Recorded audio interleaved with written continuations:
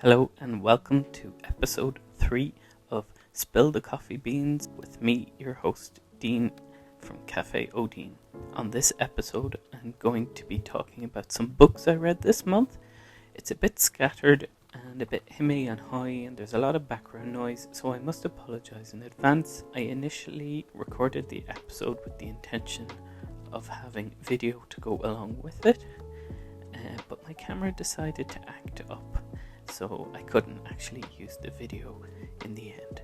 So this episode was filmed with the intention of you being able to see it as well as hear it. So if bits don't make sense, I apologize in advance. So sit back, relax, and enjoy. So it's been a couple of months since my last episode. Back in August. We're now in October. Yeah. Anyway, and there's wires hanging out of me left, right, and centre. I have to hold the microphone. Great. Yeah. It's been 3 months since my last episode, so I thought it's time I filmed another one. Since we last spoke, I also reached out on the Spill the Coffee Beans podcast Instagram to see if anyone would be interested in chatting with me here on the podcast, and some of you got back to me. So we have that to look forward to. I have reached out to those who said they would like to talk with me, and I'm mapping out what we're going to talk about, what I want to ask them, and I'm hoping that you will see and hear those episodes in November and December. So 2 people reached out to me as of filming this, and if all goes to plan, I'm posting this by the end of October, some stage over the bank holiday weekend in October, and then the first guest episode will go out the second week of November, around the 14th, and then I think I might do another solo episode. If this episode goes well, I'll do another solo episode at the end of November, and then there'll be the second guest episode halfway through December, just before we wrap up for the Christmas holidays. That will also probably be the last episode of the year. And yeah, that's the plan. So fingers crossed all that works out. If not, it'll be the new year when you see those guest episodes. Okay, so on to the topic of this episode. This episode, I would like to speak to you about books. It might be a lengthy one. I recommend you grab yourself a beverage. I have a Coke Zero, and make yourself comfortable while I tell you about some books I've been reading. I've got 1, 2, 3, 6 books that I've read this month. What? 6 books? Yes. For somebody who didn't read all year. Well, that's not true. I read a couple of books this year.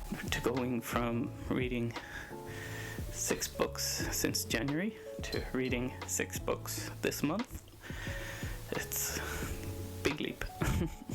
I've always been a big reader, but in the last couple of years my reading has declined, and I just felt like I needed to start reading a bit more than I had been. I put a plan into action. I figured some stuff out, how I could read more, and it's been working. I have to admit, it has been working. If you couldn't tell by this big stack of books beside me here, you'll just have to believe me, I have a big stack of books here beside me. So, when I started reading back at the beginning of October, I think it was like just at the start of the second week of October, I started off with 2 books that I kinda already had half started. If I'm being completely honest with you guys, I read 3 whole books from cover to cover, and then 3 other books were either started or halfway started. I'm gonna go in order of books I've read. If you hear a lot of shuffling, it's me shuffling through the books, and I also have wires hanging out of me left, right, and centre, because I have the microphone connected to the camera and it's also connected to my headphones. Oh, there's just wires everywhere. It's a disaster. Anyway, so the first book was House Fires, written by Connor Franta, the best-selling New York Times author. That's not how I know Connor Franta. Connor Franta started his career as a YouTuber. If you know me, you know I love watching YouTube. A lot of books I read are from YouTubers, believe it or not. I'm a sucker for that YouTube money. Back in 2015, when YouTube was in its prime of people sitting in front of their little cameras and filming videos with their friends in their bedrooms, back before you could really make any money on YouTube, that's when I was watching YouTube, and that's when I found Connor Franta, and I've been following him ever since. He's released 2 other books apart from this one, and he's a good writer, I have to say. His first book was like a memoir, a little collection of personal essays. His second one was a collection of poetry, essays, and photos, and so was this one. And they're really well curated, and they're very artsy. A lovely little coffee table book, if you will, and I thoroughly enjoyed it. So I got it in 2021. I got to about I got a fair bit into it. I got about just under halfway through it, but I got distracted and I put it down and forgot about it. So it was one of the first books I picked up when I said, no, this is it, I'm getting back into reading and getting through all my books. So yeah, really good. Recommend, even if you don't know who Connor Franta is. It's a good read, and it's one of those books you can pick up and put down because they're short little, like, there's poems in it that you can read, lovely photographs to look at, and any of the essay sections, there's 6 pages, and you can put it down and move on to the next one or go do something else. So yeah, brilliant. The second book was Atomic Habits by James Clear, an easy and proven way to build good habits and break bad ones. Ironic, because the habit I'm trying to build is reading again. So again, picked it up last year, got as far, I just stopped at just as I got to chapter 8, which is about 100 pages in. It's tiny changes, remarkable results. Like it's a help book, so you're probably meant to read it over a longer period of time than a couple of hours. But yeah, it's all about it's basically changing your mindset on how you go about doing things, habits and that. Really enjoyable, practical, useful. It really changes how you think about things as well. So yeah, I definitely will. It's a book I'll probably go back to a few times. Like, I can see myself picking this up again when I lose track of certain habits. If you're into bullet journaling, you'll probably get a good read out of this. Yeah, good for people who like to organize, who like to be organized and have schedule. There's habit tracking in it. Yeah, good stuff. So we're 2 books in. Yeah, so I knocked them first 2 books out of the park fairly rapidly. Like I said, I had them already started, so I wanted them out of the way. The next book was a recommendation from my mum. She read it, not knowing it was kind of a fantasy science fiction-y book. It is Under the Whispering Door by T.J. Klune, and the cover says, "His death was their beginning." Yeah, so like, Mum handed me this book and said, you need to read this, it's really good, read it. Mum's not a big sci-fi reader, and I don't know how she stumbled across this one, or even didn't, like I'm going to read you the blurb, and straight away you'll see the fantasy sci-fi element to it, and like This just isn't Mom's normal read. She likes thrillers and stuff that could happen in the real world, as she calls it, not in the superhero world, as she calls my world of fantasy and fiction. So, when a reaper collects Wallace from what she claims is his funeral, he's outraged. Red flag number one, a reaper. Like, they're not real people. He's outraged. But Hugo, owner of a peculiar tea shop, promises to help him cross over, and Wallace reluctantly accepts the truth. You catch him, Madriff? Yet even in death he refuses to abandon his life despite spending all of it working. And as Wallace grows closer to Hugo and shares jokes with his resident ghost? Come on, Mom. She obviously wasn't on planet Earth when she picked this book up. He wonders if he's missed something, so when he's given 1 week to pass to the other side, Wallace sets about creating a lifetime in just 7 days. An uplifting story about a life spent at the office and a death spent building a home. This damn book broke my heart. To say I cried at the end of it. Happy tears, sad tears. This book was a roller coaster of emotions all the way through, beginning to end. I laughed a lot, for the most part, but at the end, I'm just glad I was at home when I finished it, because they were ugly tears. That was some ugly crying at the end of it.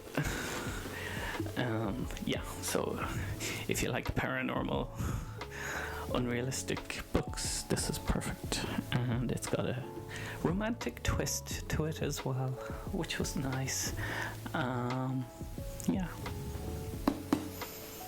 recommend. Okay, sorry, I had to reset. Anyway, we're back. Where was I? Next book is Yearbook by Seth Rogen, another collection of essays. Hilarious, 5 out of 5. Weed-filled drunken adventures. Yeah, recommend. And the copy I have is signed, which I didn't. My watch is telling me to go to bed. I really should, but I'm doing this instead. You're welcome. The copy I have is a signed copy, and I did not know that when I bought this book. Yeah, until I went to pick it up and read it. This copy is signed, so I wonder if Seth Rogen was in the Easons I bought this book and did one of those secret sign-ins.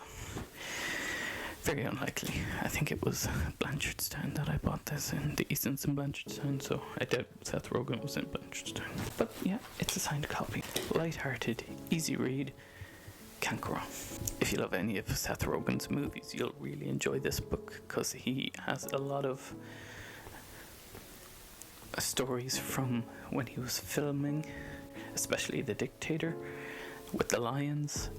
There's a good scene, good story on that, and the whole North Korea thing with Sony going on at the time as well. Very good. And then the penultimate book I read this month was Robert Sheehan's collection of short stories called Disappearing Act. The back of it says, leaves the reader amused, exhilarated, and really quite delighted. Lots of great stories and voices, and a dazzlingly eclectic collection of short stories, which all of those ring through. This is Robert Sheehan, yes, that Robert Sheehan, the one from Love Hate and The Umbrella Academy, and that other Channel 4 TV show that I can't... Misfits. God, I can't believe I forgot what that was called. But yeah, Robert Sheehan can write. These stories are fantastic. Not all of them appeal to me. Some of them were a bit wackier than others.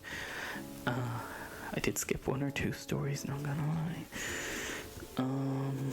Because I got about a page into them and it just wasn't drawing me in, so I said next.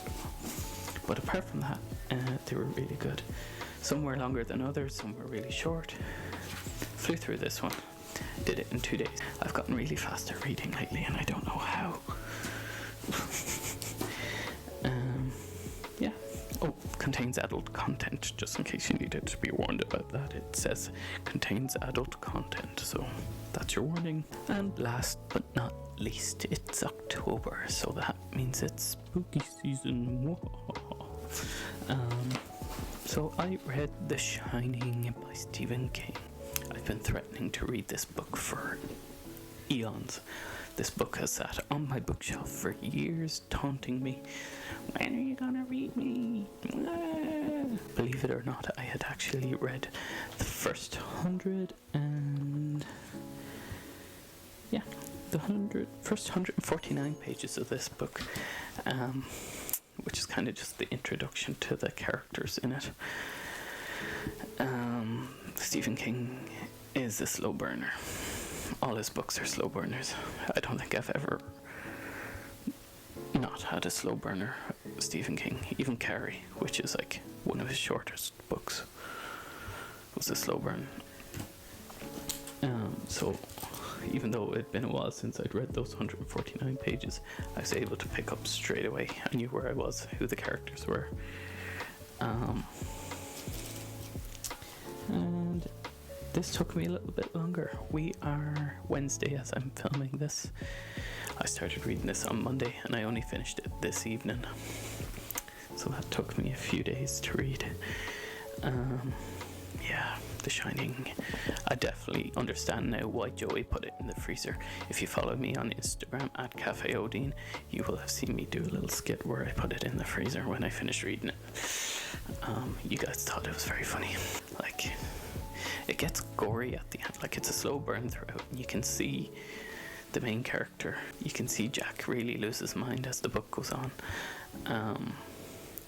But I feel like at one point he just switches completely. Like, he just flips and he goes all out.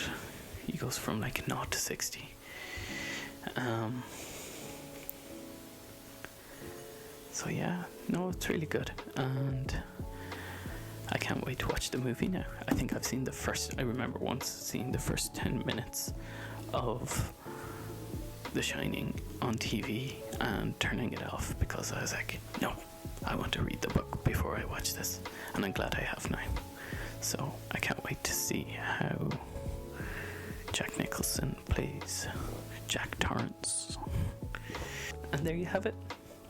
Those are the 6 books I read this month. I'm really surprised I got through that many books, to be honest. And like I said, I'd started some of them, so not really, but kind of. I've upped my reading game, and I hope to continue doing so. I have 8 books sitting on my shelf that need to be read, and they're all recent purchases as well, which I'm quite proud of. There's only one that I bought in the last 2. No, sorry, I tell a lie. There's 2 books there I bought last year that I need to read, but the rest are all purchases from this year, which is great. There are 2 more Stephen King books there. His most recent releases, Fairy Tale, which came out there a few months ago, and Billy Summers, which was his release from before that one, I think. So yeah, and I have a few others there I want to read, and I can't wait to dive into and share with you guys. Let me know if you like this, kind of me just sitting down letting you know what I read this month, because I enjoy this sort of thing. This leads me to my next little bit that I want to talk to you guys about. So once upon a time, before I was Cafe Odin and Spilling the Coffee Beans podcast, I had a book blog that no longer exists. It was called Wee Bit Wordy, and I did it for a good couple of years. I ran it from 2015, 2014, 2015, up until early 2019. So I reviewed books, movies. I did a weekly catch-up blog post where I just told you how my week was. Just kind of blog format of what I do now, basically, on Instagram and on the podcast here. Good crack. But it got a bit tedious towards the end. Towards the end, the book reviewing and reading got like a chore. It was hard work. I love to read, but it got to a stage where I was reading a book because I was like, oh, this will make for a good book review. This will look good on the blog. I've been more careful about what books I was reading. I was like, oh, this one's not in the charts. And the books were piling up. And I just felt like it just got hard work. It was like another job that I wasn't getting paid for, basically. So I decided to stop it. I kept going for a few years, like I said. And as well as reviewing them on the blog, I was sharing my progress on a little website/app called Goodreads. If you're not familiar with Goodreads, it's Facebook for books. So you go on it and you can organize your books into different lists. So you can have a list of books you want to read, books you're reading, and books you've read. So every time I read a book, I would put it into any of those sections. And that is where my camera cut off. So I have to pick up from that point now. Like I said at the beginning of the video, I was initially filming this podcast for you to have a video element to it as well as being able to listen to me, but that didn't work out. But I was able to salvage some of the audio, and yeah, the camera inevitably died on me. So as I was saying, yeah, you've got Goodreads, which is like a catalog basically for all the books you read and want to read and have read. I'm trying to remember now where I stopped and what I wanted to continue on with. I had finished this podcast episode. I got right to the very end when I realized, oh, the camera died. And then I had to go back and figure out where it cut off. And now I'm just scrambling here, trying to remember what I said at the end. I think what I was just going to continue on saying was, you can set annual challenges on Goodreads for how many books you want to read in a year. So I found Goodreads back in 2016 because that's the earliest record of the annual challenge that I have. Oh, sorry. It was 2015. I set myself a challenge of 25 books and I managed to read 21 of those 25 books, which isn't the worst. A decent attempt. 2016, I set myself again another target of 25, and I think I successfully completed that. That was when the blog was in full swing, so I was reading quite the amount of books back then. 2017, I got very ambitious and I set myself a goal of 50 books. I knew I was never going to read 50 books in a year, but it was worth a shot. I read 12. And then 2018, I brought my goal back down to 25 books. Still only managed 11, but the blog was starting to wind down, I think, at this time. I lost the momentum that had initially began. 2019, I read 12 books out of a goal of 20. It was this time I lost hope for the blog. Like, I knew it was a dying thing at this stage. My last 3 books that I read were non-fiction books, and I remember getting to a stage where I was fed up of reading fiction and fantasy, science fiction, and I'd moved on to reading non-fiction books. And the last 3 books I recorded on Goodreads were non-fiction in 2019, so I knew where I was going then. 2020, I only recorded 3 books, because the pandemonium had begun. We were in the middle of it at that stage, so I wasn't reading too much. And then I didn't actually set myself a goal for 2021, believe it or not. But I know I did read some books because I had started House Fires by Connor Franta and Atomic Habits, and I had read 1 or 2 other books, so I know for a fact I did read some books. And then this year I set myself a goal of 12 books. And as of The Shining, we have successfully completed our 12 books for 2022. Hooray! But I definitely will be reading more. It's been 2 days since I recorded the initial podcast, and I've been out to the shops since, and I have picked up 2 more books. So my bookshelf now has 10 books that I have to read on it. But I think I'm still going to try and get through as many of the ones I already have before I read these 2 new books. Am I going to tell you what they are? No, you'll just have to wait and see and find out. Okay, so I have a bit of work ahead of me now. I've really enjoyed making this episode of the podcast, even though it has caused me a bit of grief in the recording aspect of it. So the next episode hopefully won't be as bad.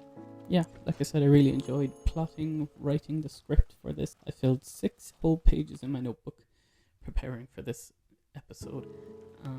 So if you liked it, please let me know, because I really enjoyed putting it together. And hopefully then at the end of November I can come back and do another episode of what I read this month.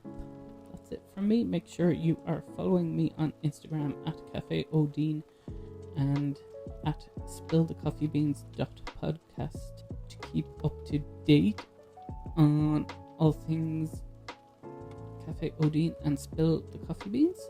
And make sure you are subscribed to Spill the Coffee Beans on your preferred podcast platform: Spotify, Amazon, Apple Podcasts, Google, and now, like I mentioned before, we're on YouTube. Even though there's no video to it, you can still go onto YouTube and listen to us.